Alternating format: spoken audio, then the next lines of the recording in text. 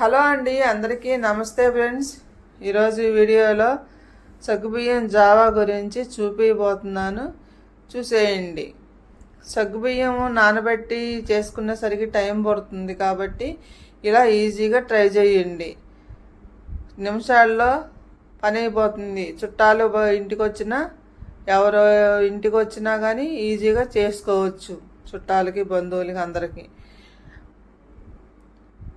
Mixie జార్లోకి 1 cup సగ్గుబియ్యం తీసుకోండి. 10 బాదం పప్పు వేసి మెత్తగా మిక్సీ వేయండి.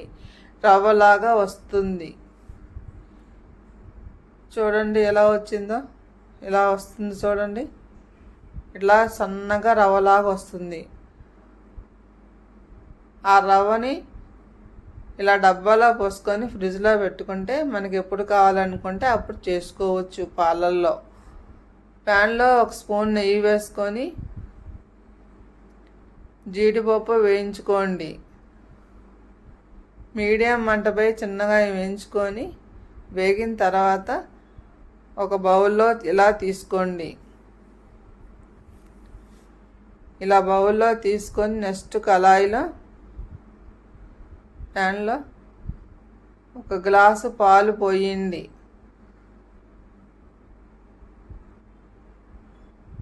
సగం నీళ్ళు సగం పాలు పోసుకున్నా పర్వాలేదు.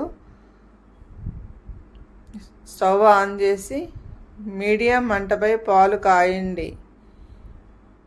1 స్పూనున్నర పొడి వేసి కలతిప్పండి. స్పూనున్నర పొడి వేసి యాలకుల పొడి కొంచెం వేసుకొని కలతిప్పండి. ఒక పొంగు వస్తుంది. పాలు కొంచెం పొంగు వచ్చిన తర్వాత ఇలా పొంగు వచ్చిన తర్వాత పంచదార వేసుకోండి. పంచదార 6 స్పూన్లు వేసుకుంటున్నాను. ఇద్దరికైతే సరిపోతుంది. మీరు తీపిని బట్టి వేసుకోండి. పంచదార వేసిన తర్వాత ఒక పొంగు వస్తుంది.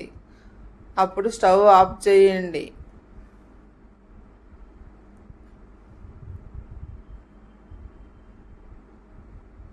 ఇలా పొంగు రాగానే స్టవ్ ఆఫ్ చేయండి.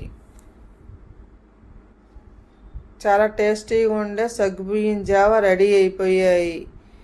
ఇలా గ్లాసులో పోసుకొని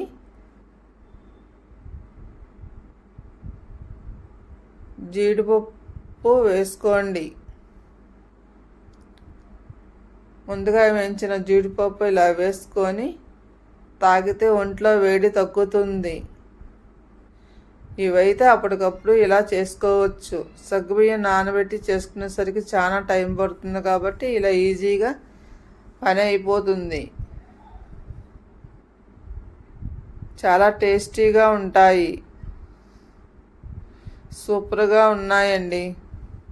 ఇంకెందుకు ఆలస్యం, మీరు కూడా ట్రై చేయండి. ఉంటాను ఫ్రెండ్స్.